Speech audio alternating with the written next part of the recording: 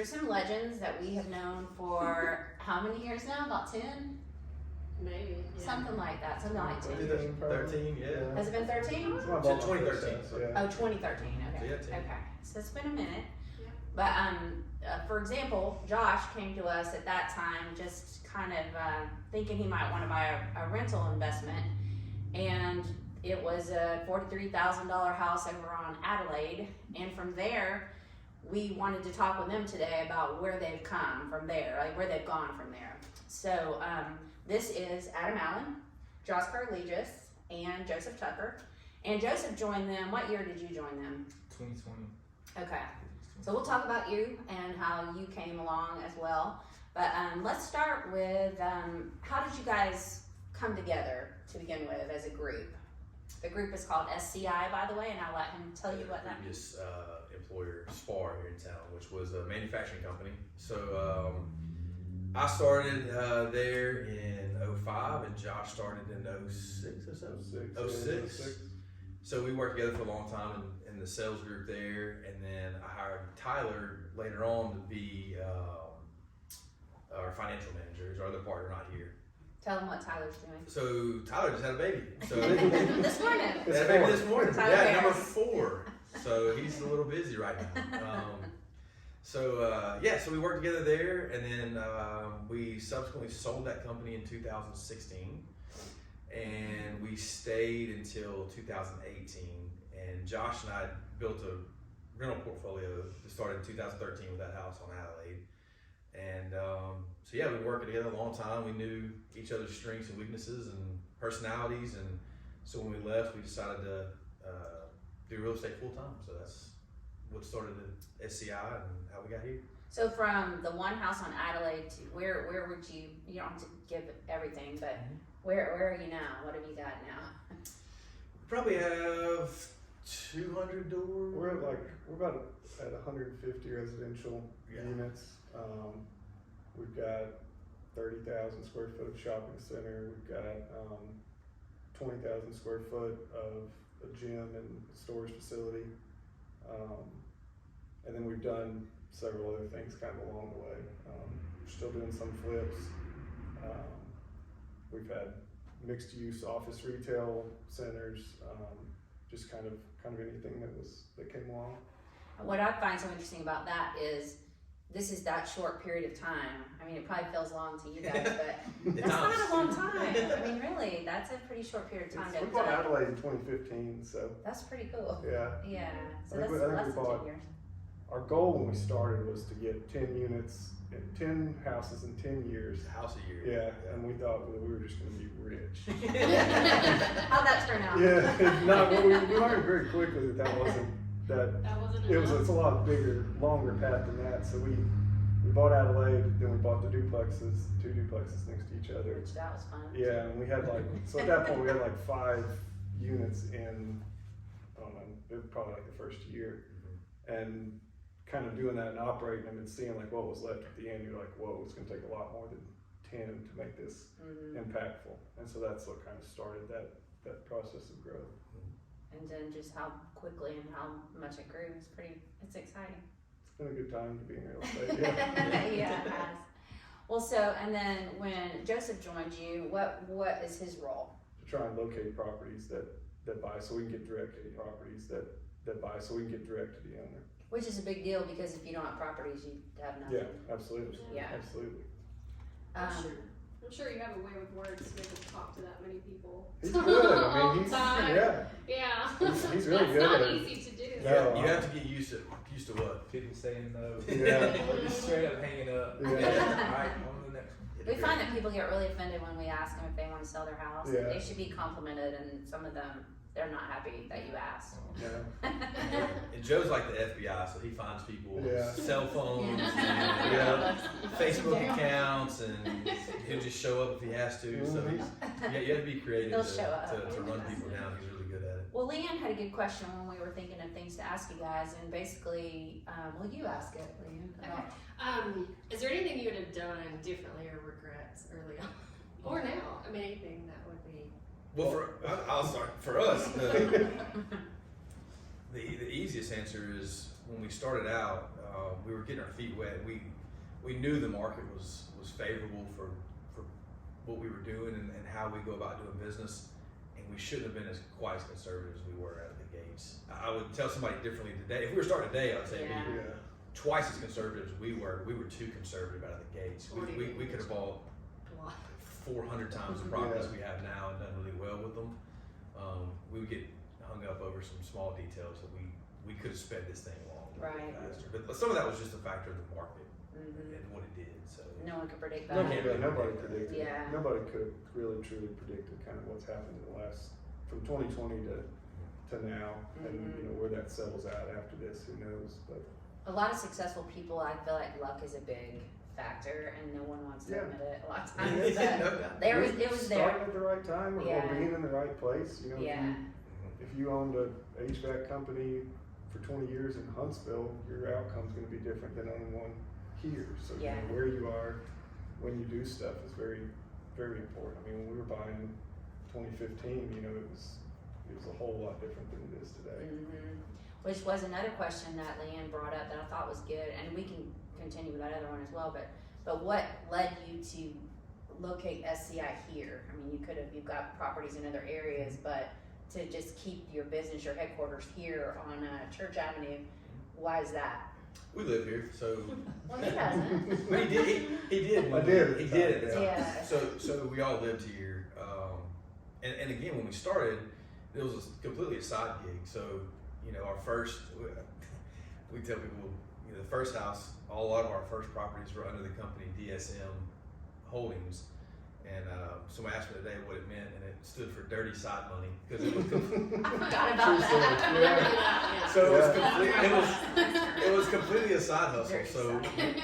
we had full-time jobs, and our manufacturing plant was in Jacksonville. So Okay. that's why we started buying here and doing things here. It was completely a side gig, and was meant to be a side gig. Yeah, absolutely. Yeah, it was, I mean, it was we a had no retirement intention of being plan where for we me are and Adam, now. was all Right. it was.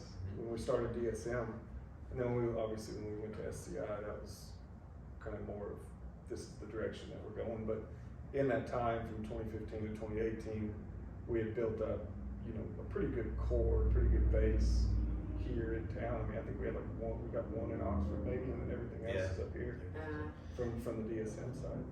And so, but even though our operations are here, we've done deals in Birmingham, Huntsville, Mobile, Pascagoula, Mississippi. We're working on one in Georgia right now. So we like our operation being here because it's what we are, but we also like to kind of go out and dabble in some of the other bigger markets. Right. Well, there's probably a million other questions we can ask about that, but truly, when we started this Lunch for Legends thing, everyone rolls their eyes when we ask them to be a legend. They're like, oh, God, you know. But a legend is someone who does something at a high level and is successful. And in my opinion, it's your habits that in your life that lead you to create this kind of success. So what are habits that you guys have that you know are non-negotiable daily, mostly 80-20, that you do, that you feel like contribute to your success? Well, I think ours are going to be all probably a little bit different. You really need a Tyler to be here to be habitual because he's OCD. See the guy. And so we all have different strengths. And I mean, personally, I get up early, I do my workout, I take my kids to school, and then start my work day. But I'm very ADD, so I can't stand too many habits past that. But I will say to use your strengths in that capacity. So like, I like to talk to people, I like to network, so I do the things that I'm good at. I try to do them every day, but it always looks different, if that makes sense. Yeah. So I mean, just from a habitual standpoint, find what you're good at and do that every day. So it doesn't look the same for everybody. It's not like I'm not in the box. I'm gonna sit in front of my computer and do X, Y, Z every day. I'm not. I may sit in front of a computer today. I may go play golf with somebody tomorrow. I may That's still make networking. phone calls. So I may go check on projects and contractors. So my day's always different, but I enjoy that. So it keeps me interested in what I'm doing. And a whole lot better than a desk job. Yeah, I can't do this job. That's why I left. That's why I left all the jobs. Yeah. Yeah, I don't have any kind of like necessarily routine. Like cold plunge in the morning or whatever these guys trying to sell books on.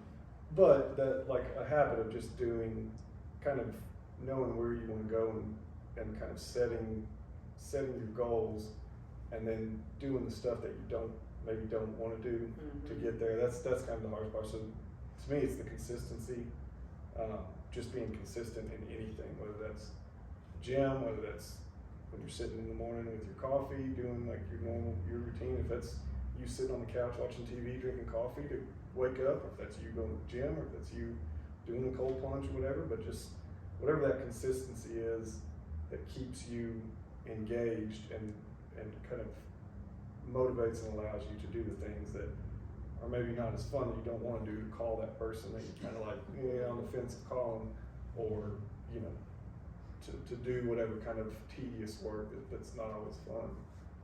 Just having the discipline to do that is really the biggest thing. And I commend y'all for bringing in a Joseph, or someone like a Joseph, because that is the hard part. I couldn't do that part. That's hard. Mm-hmm. And the fact that you do that every day, plus you're teaching someone young how to do what y'all do, and inevitably he's going to do what y'all do, right? Are you going to be like, get me out of here, I'm going to do something completely different? What do you do? I would say something super practical that I found success in is just like, I'll get there and I'll write out everything I plan to do that day, just because it helps me know at the end of the day, okay, was I just sidetracked the whole day, or what did I accomplish? Mm-hmm. So it just gets in my mind, I know I have to do this today. It just helps with time management too. I like that. Those Yeah. planners are helpful for sure. Or Yeah. something, a to-do list or anything like that. Yeah. Do you guys have anything that you can think of that you want to add, or does anyone else have another question that you want to ask?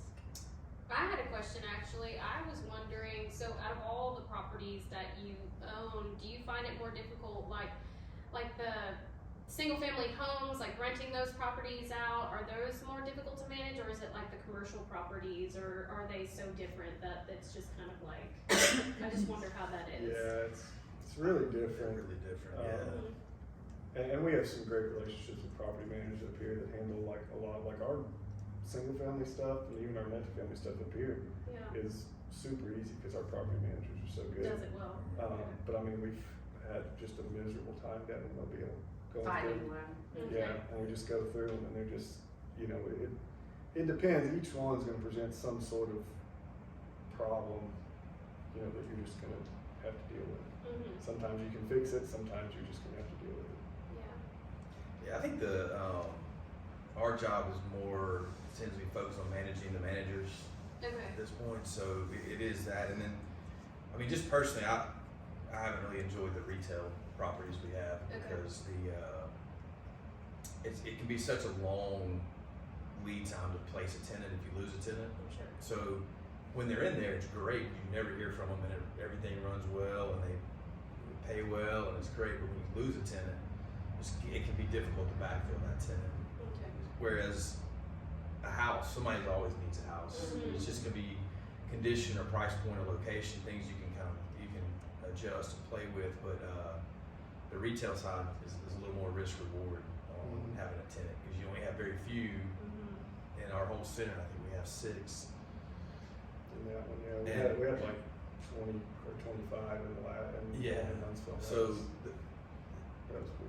and even when they move in, their space has to be a certain way, and they have to have certain I'm things. sure they have to change things. And with the change Yeah. things, and there's TI money, and there's construction involved, and there's long, lengthy contracts that are legal, and it's just that finding that fit is proved more difficult than we would have anticipated when we started doing retail stuff. So I would say that's my least favorite. Yeah. The Yeah. other ones, have been I'm sure great. it's much more Yeah. tedious than what people think. Like you said, like they have to, like if you put It's a. great when they're there. Yeah, once they're in, but then As it's long like as their businesses staying don't in go out. And then they and want moving in to- that location. It's like that location's there for forever, unless somebody pays a bunch of money to tear it down or Mhm. something and build something else. So it's like, yeah, there's a lot more that goes into it. Yeah. Okay, thank you. One last thing I would like to commend you guys on is y'all keep it fun.